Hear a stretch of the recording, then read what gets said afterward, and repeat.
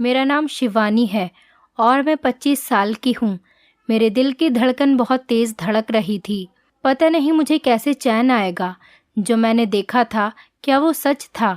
क्या इसीलिए रोहन ने मुझे आज तक बेसमेंट में जाने नहीं दिया? अब क्या करूं? मैं तो किसी को बता भी नहीं सकती थी। खौफ और दहशत से मेरे चेहरे से हवाइयाँ उड़ रही थी। मैं वहाँ से जाने लगी। अगर रोहन ने मुझे देख लिया तो गजब हो जाएगा। सोचकर मैं अपने कमरे की तरफ भागी और कमरे में आकर मुझे अपनी बेबसी का एहसास होने लगा। किस्मत मुझे फिर उसी मोड़ पर लेकर आ गई थी जहाँ से निकलने के लिए मैंने कितने जतन किए थे। किस तरह मैंने रोहन का साथ पाया था, किस तरह उसका प्यार और विश्वास जीतने में कामयाब हुई थी। और आज वो सब देखकर मुझे सब खत्म होता नजर आ रहा था। ये 3 साल पहले की बात है जब मैं अपनी ज़िंदगी से निराश हो चुकी थी और कई बार मैंने अपनी जान लेने की कोशिश भी की थी। लेकिन फिर वही ख्याल आ जाता कि ये दुनिया तो तूफ़ानी है, मुझे भगवान को भी मुंह दिखाना है। इसीलिए मैं सब कुछ बर्दाश्त करती रही। मैं करोड़पति बाप की बेटी थी और जो चाहती हासिल कर सकती थी। मुझे किसी चीज़ की कोई कमी नहीं थी। हर वक्त नौकर चाकर मेरे आगे पीछे रहा करते थे। हर साल पापा न्यू मॉडल की कार मुझे गिफ्ट किया करते थे। मेरा वार्डरोब दुनिया भर के महंगे और ब्रांडेड कपड़ों और चीज़ों से भरा पड़ा था। इनको एक बार पहनने के बाद मैंने इन्हें छूकर भी नहीं देखा था। लेकिन फिर भी मैं खुश नहीं रह पाती कि मेरी सबसे अच्छी सहेली पूजा मुझसे कुछ कहा करती थी कि शिवानी, तुम बहुत बेकार हो। अगर इतनी दौलत मेरे पास होती तो मैं तो खुशी से मर जाती। उसकी बातें सुनकर मैं हंस दिया करती थी। तुम क्या जानो, खुशी पैसे से नहीं मिल सकती। लेकिन वो मेरी कोई बात समझने के लिए तैयार नहीं होती कि मैं अपनी ज़िंदगी को एंजॉय नहीं कर सकती थी। मेरे चारों तरफ गार्ड्स मंडराते रहते। मैं यूनिवर्सिटी भी गार्ड्स के साथ ही जाती थी। यहाँ तक कि मेरी क्लास में भी एक गार्ड मौजूद रहता था जिसे मेरे पिताजी ने बहुत पैसे देकर परमिशन ली। कोई दोस्त भी मेरे करीब आने से पहले 1000 बार सोचता था। इसलिए इतनी दौलत होने के बावजूद भी मैं घुटन से भरी जिंदगी जी रही थी। एक दिन मेरी मुलाकात एक अजय नाम के लड़के से हुई जो कि बहुत ज़्यादा हैंडसम था। उसे देखकर मैं अपनी पलकें झुकाना भूल गई थी। जब वो मुस्कुराता था तो ऐसा लगता था कि हर तरफ फूल से खिल गए हों। जब बात करता तो खुशबू से बिखरने लगती। पहली नज़र में ही मैं उसे अपना दिल दे बैठी थी। उसकी आवाज़ का जादू मेरे अंदर नई उमंगें जगाने लगा। लेकिन मैं क्या करती, वो मेरी तरफ देखता तक नहीं था और ये बात मुझे बहुत परेशान कर रही थी। आज से पहले ऐसा नहीं हुआ था कि शिवानी को कोई इग्नोर कर सकता। मैं ना ही सिर्फ दौलतमंद थी बल्कि खूबसूरत भी बहुत थी। यूनिवर्सिटी का हर लड़का मुझ पर मरता था, लेकिन उनके अंदर इतनी हिम्मत नहीं थी कि मुझसे बात कर सके। शिवानी जब तक खुद किसी से बात नहीं करती थी तब तक कोई उसके करीब आने का सोच भी नहीं सकता था। लेकिन इस बार मामला बहुत अलग था। अजय को हासिल करना मेरा मकसद बन चुका था। उसकी मोहब्बत मेरी रूह तक उतर गई थी, लेकिन वो हमेशा मुझसे दूर दूर रहता था। एक दिन मौका पाकर मैंने उसे अपने घर पार्टी में इनवाइट कर लिया। वो हैरत से मुझे देखने लगा और कहने लगा कि मैं, शिवानी जी, मेरी तो आपसे इतनी बातचीत भी नहीं, तो आपने फिर मुझे कैसे अपनी पर्सनल पार्टी में इनवाइट किया? उसकी आवाज़ में थोड़ी रूडनेस भी थी, लेकिन मुझे हार नहीं माननी थी। तो मैंने उससे कहा कि आ जाएं। अगर आप नहीं आए तो मैं पार्टी कैंसिल कर दूंगी। मैंने मुस्कुराकर धमकी दी थी और वो भी पहली बार मुझे देखकर मुस्कुराया था। बोला कि मैं आ जाऊंगा। वो दिन मेरे लिए बहुत ख़ास था। न जाने इतनी देर से मैं अपने लिए ड्रेस सेलेक्ट कर रही थी। मेरी ख़ास नौकरानी ने जब ये सब देखा तो बोली, दीदी, आप पर तो हर रंग जचता है, फिर इतना परेशान क्यों हो रही हो? वो मेरे फैलाए हुए कमरे को सेट करती जा रही थी। मैंने खुशी से उसे बताया कि तुम क्या जानो कि आज कौन आ रहा है पार्टी में। हैरत से मेरा मुंह तकती रही। वो कहने लगी कि क्या प्राइम मिनिस्टर आ रहे हैं आपकी पार्टी में? मैंने अपना सर पकड़ लिया और मैं कहने लगी, पागल लड़की, क्या मैं उनके लिए इतना तैयार होंगी? मेरी पिंकी से बहुत दोस्ती थी। वो मेरी हमराज थी और मैं उसे सब बताया करती थी। आज भी मैंने उसे अपने दिल की बात बता दी। पिंकी तो मुझसे भी ज़्यादा उतावली होने लगी थी। ये पार्टी तो बस एक बहाना था अजय से बातचीत बढ़ाने का, और मैं उसमें कामयाब हो चुकी थी। आज मैंने देखा अजय बहुत बदला हुआ लग रहा था। वो मुझे बहुत गौर से देखे जा रहा था। वैसे भी मैं बहुत सुंदर लग रही थी। अजय मेरे लिए फूल लेकर आया था, जिसे देखकर मैं बहुत खुश हुई थी और उस दिन के बाद हम दोनों बहुत करीब आने लगे। अजय ने मुझे बताया था कि वो एक गरीब परिवार से है, तो उस पर मैंने कहा कि तुम फिक्र मत करो, मेरा सब कुछ तुम्हारा ही तो है। मैं उसे बहुत कीमती तोहफे दिया करती थी, परफ्यूम, शूज़, टी शर्ट्स, यहाँ तक कि मैंने उसे अपना एटीएम भी दे रखा था ताकि उसे कभी भी ज़रूरत के वक्त मुझसे मांगना न पड़े। मैं ये नहीं समझ सकती कि वो मुझसे प्यार नहीं करता, बल्कि वो सिर्फ मेरी दौलत की वजह से मेरा इस्तेमाल कर रहा था। जब मैंने अपने पिताजी से अजय के बारे में बात की तो उन्होंने उससे मिलने का फैसला कर लिया। मैं बहुत खुश थी। मुझे पता था कि वो मेरी बात कभी नहीं टाल सकते, लेकिन मेरे पिताजी एक बहुत समझदार इंसान थे। उन्होंने अजय के बारे में सब कुछ पता कर लिया था और जिस दिन उनकी मुलाकात थी उस दिन मैं बेसब्री से इंतज़ार कर रही थी। लेकिन पापा ने पिंकी से कहा कि शिवानी से कहो अपनी टीवी स्क्रीन ऑन कर ले। मैंने टीवी ऑन किया। वहाँ पापा और अजय की मीटिंग की वीडियो चल रही थी, जिसे देखकर मुझे अपने कानों पर यकीन ही नहीं आया, ना आंखों पर। वो अजय ही था, लेकिन उसके लहजे और उसके शब्द सब बदले हुए थे। पापा ने उससे पहला सवाल यही किया था कि क्या डिमांड है तुम्हारी। उनके सवाल सुनकर वो चौंका नहीं था, बल्कि खुश होकर कह रहा था कि मैं अपनी डिमांड नहीं बता सकता सर, मेरे हाथ में तो जैकपॉट लगा हुआ है। वो बहुत आराम से बात कर रहा था। पापा ने कहा, मैं तुम लोगों के लिए अपना कीमती वक्त बर्बाद नहीं कर सकता, इसलिए जल्दी कीमत बताओ और चलते बनो। उसने बताया कि मुझे एक कार, एक बड़ा सा बंगला और 50 लाख रुपए चाहिए। पापा ने अपनी चेकबुक निकाली और कहा, मिल जाएंगे, और उस पर पैसे लिखने लगे। बाकी के मामलात मेरे सेक्रेटरी से मिलकर फिक्स कर लेना और जहां बंगला पसंद हो ले लेना, लेकिन अब मेरी बेटी के करीब आने का सोचना भी मत। ये कहकर पापा उठ खड़े हुए थे और वो चेक उठाकर खुशी खुशी कमरे से निकला। ये सब क्या था? मुझे चक्कर आने लगे थे। पिंकी ने मुझे पकड़ लिया था। दीदी पानी पी लो, वो मुझे दिलासे देने लगी, लेकिन मैंने गिलास को दूर फेंक दिया। सब कुछ अपनी आंखों से देखने के बाद मेरे पास कोई सवाल नहीं बचा था। मैं पापा को कुछ कहती। पापा ने मुझे बताया था कि उन्होंने ये वीडियो इसीलिए बनवाई थी ताकि अजय इसके बाद भी कोई झूठ बोलकर मुझे अपने झांसे में न फंसा ले। बेटा, वो बाद में भी तुम्हें इस्तेमाल कर सकता था, ये कहकर कि तुम्हारे पापा ने मेरी इंसल्ट की वगैरह वगैरह, और इसी वजह से मैं तुम्हें सब दिखाना चाहता था। जो लड़का तुम्हारी दौलत को चाहेगा वो कभी एक अच्छा पति साबित नहीं हो सकता, और मैं उसे अपनी दौलत तो दे सकता हूँ, लेकिन अपनी सबसे कीमती चीज़ अपनी बेटी नहीं दे सकता। पापा की बातें सुनकर मैं खुद को उनका मुजरिम समझ रही थी। मुझे जिंदगी से नफरत हो चुकी थी। मैंने खुद को एक कमरे में बंद कर लिया था, बाहर निकलना छोड़ दिया था, यूनिवर्सिटी जाना भी मैंने बंद कर दिया था। पापा मेरे लिए बहुत परेशान रहते थे, मगर वो मुझे कुछ कहते नहीं थे। शायद वो मुझे वक्त देना चाहते थे संभलने के लिए, लेकिन मुझे संभलते संभलते भी 1 साल लग चुका था। मैंने बहुत मुश्किल से खुद को समझाया था कि अजय के लिए मैं खुद को मुश्किल क्यों दे रही हूँ।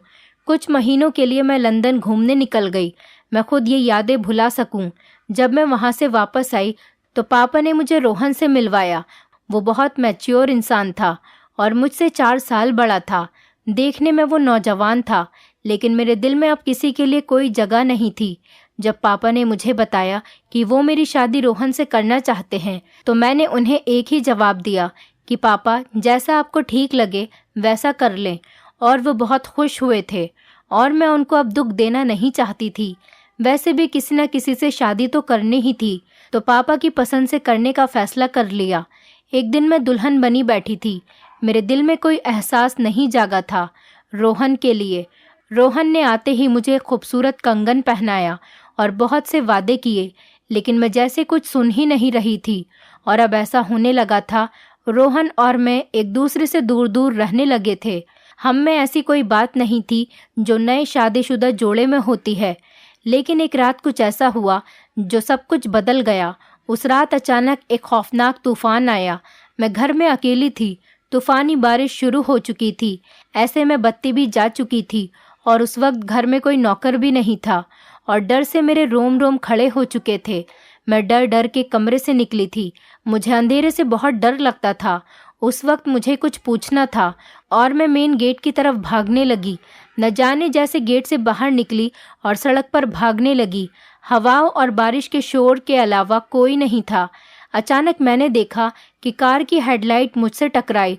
उससे पहले कि मैं संभल पाती, कार मुझसे टकरा चुकी थी। मुझे होश आया तो मैं हॉस्पिटल के बेड पर थी। मेरा सर बहुत दर्द कर रहा था। मेरे सर पर पट्टी बंधी हुई थी। मुझे होश आता देखकर नर्स मेरे करीब आई और मुझसे पूछा, कैसी हैं आप? तो मैंने जल्दी से कहा, सिस्टर मैं कहाँ हूँ? उसी वक्त एक लड़का मुझे अंदर आता दिखाई दिया। उसने बताया कि मैं उसकी कार से टकरा गई थी और उसने पूछा कि अपने किसी रिश्तेदार का नंबर बता दें ताकि उनको इन्फॉर्म किया जाए। मैंने जल्दी से रोहन का नंबर दिया और मुझे खुद पर हैरत सी होने लगी थी। मुझे रोहन का नंबर कैसे याद हो गया था? शायद आज तक उसका नंबर सेव नहीं किया था, तभी जब भी उसकी कॉल आती तो नंबर देखकर पहचान जाती थी। थोड़ी देर बाद रोहन परेशान सा कमरे में आया। उसके बाल माथे पर चिपके हुए थे। बारिश में भीगने की वजह से मुझे लेटा देखकर वो जल्दी से मेरे करीब आया। क्या हुआ शिवानी, कहाँ थी तुम और ये चोट कैसे लगी? वो मेरा हाथ पकड़कर मुझसे पूछने लगा। उसकी हालत देखकर मैं हैरान थी। पीछे से उस लड़के ने जवाब दिया, सर ये मेरी कार से टकरा गई थी। और रोहन ने गुस्से से उसका गिरेबान पकड़ लिया कि तुम जैसे लड़के अंधों की तरह ड्राइविंग करते हो।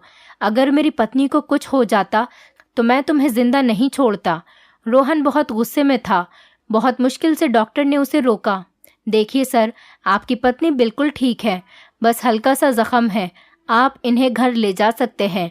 अब की बार रोहन मेरे करीब बैठा था और उसकी आंखों में जो एहसास था उसे देखकर मेरा पत्थर दिल पिघलने लगा।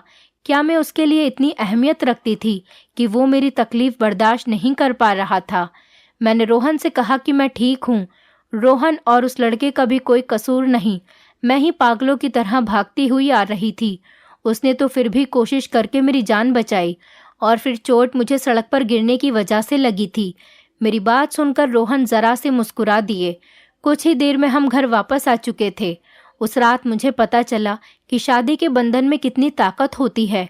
वो पति जो मुझसे खिंचा खिंचा रहता था, आज वो मेरे लिए कितना परेशान था और ये एहसास मेरे लिए बहुत खुशी का था। अगली सुबह मेरे लिए खुशियाँ लेकर आई थी। मुझे भी ये महसूस होने लगा था कि मैं अब जिंदा हूँ। रोहन की मोहब्बत पाते ही मैं सब कुछ भूल गई थी। मैं अब उसके बिना रहने का सोच भी नहीं सकती थी और यही हाल रोहन का भी था। एक दिन मैंने उससे पूछ लिया कि आखिर क्या वजह थी जो तुम मुझसे दूर दूर रहते थे? तो वो बहुत आराम से बोला, शिवानी तुम अगर चाहती हो कि हमारी ज़िंदगी में कभी कोई दुख ना आए तो दोबारा ये सवाल मत करना। और उस दिन के बाद मैंने सारे सवाल का गला घोट दिया।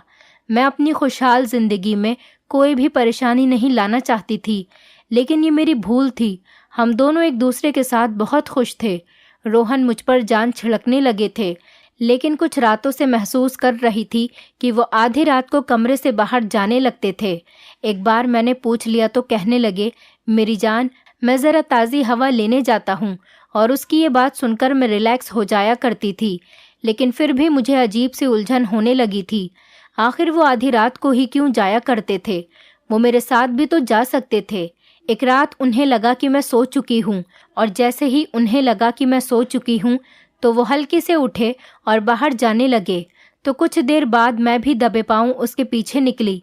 मैंने देखा कि वो घर की पिछली तरफ जो बेसमेंट था उस तरफ जाने लगे थे। मुझे अजीब लगा कि वो तो हवा खाने जाते थे, तो बेसमेंट में हवा का क्या काम? बेसमेंट में फालतू सामान पड़ा था।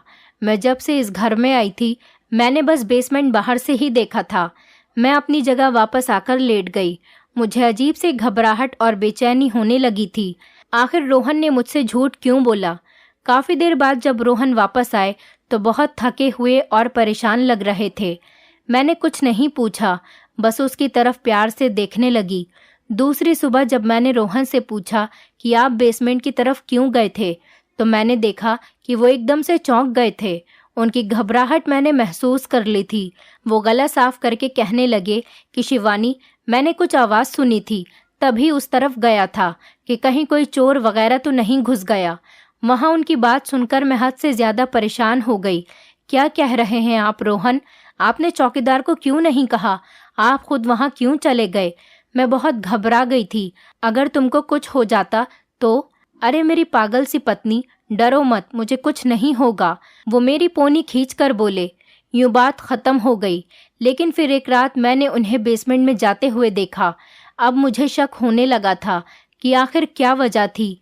रोहन मुझसे क्या छुपाने की कोशिश कर रहे थे। मैं उनके पीछे जाने लगी तो उन्होंने मुझे देख लिया। उस दिन रोहन बहुत गुस्से में थे। रोहन ने गुस्से में मुझसे कहा, शिवानी तुम क्या कर रही हो यहाँ? मैंने पूछा कि मैं आज देख कर रहूंगी कि क्या राज है जो तुम हर रात मुझसे छुपकर यहाँ आते हो। रोहन, क्या हुआ? उन्होंने मुझे एक चांटा मार दिया। मैं सुन्न होकर रह गई। रोहन, तुमने मुझ पर हाथ उठाया, मुझे यकीन नहीं आ रहा था। रोहन अब बहुत शर्मिंदा थे, कह रहे थे, मुझे माफ कर दो शिवानी, न जाने कैसे मेरा हाथ उठ गया। कभी वो अपना हाथ देखते, कभी मुझे। मैं रोती हुई कमरे में वापस आ गई थी और दरवाज़ा बंद कर लिया था।